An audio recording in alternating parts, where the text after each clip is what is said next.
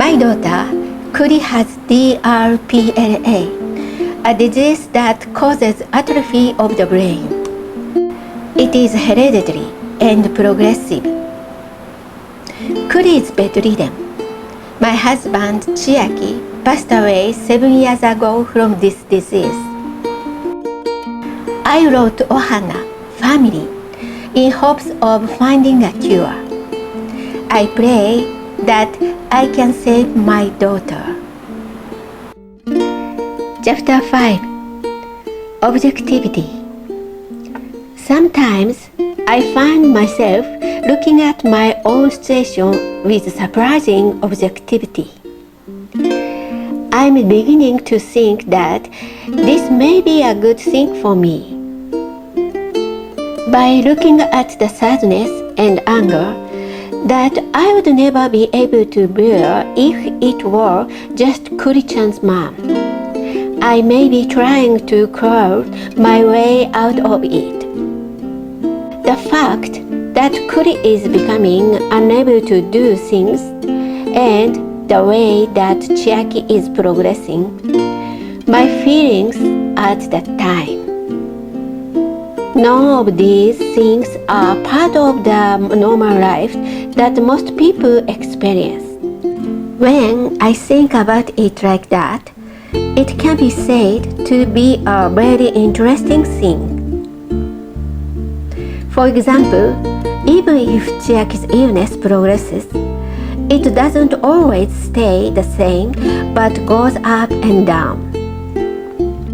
Even if he is forgetful, there is a pattern to his forgetfulness. He forgets things like people's names, dates, and times, but he remembers things like the content of conversations he has had with people in great detail.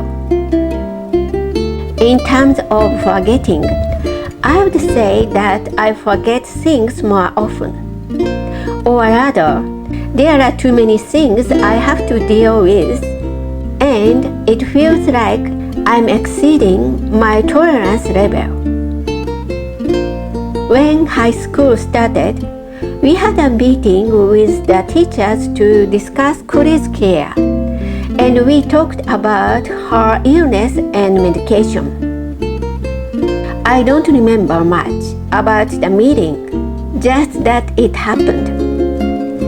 Chiaki remembers it well, saying the teacher who sat on the left in the front talked about the medication.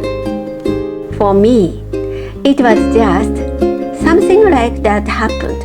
In this kind of situation, I still rely on Chiaki. On the other hand, Chiaki's ability to deal with new things is waning. Even Dr. B, who is a specialist in the field of nerves, said he will probably have trouble understanding new things. Also, his sense of direction. Neither I nor Chiaki were directionally challenged. We have been to about 50 countries. No matter where we went or what new city we found ourselves in, we were able to create a mental map of the area. So we never got lost. People who were directionally challenged were always wondering. But for us, we could guess that this is west and this is east, so the direction must be straight ahead. Recently, however, he has started to get lost on the street he has walked dozens of times before, asking, "Which way is that shop?" I think this is a sign that the part of his brain that controls this kind of sense is starting to be damaged.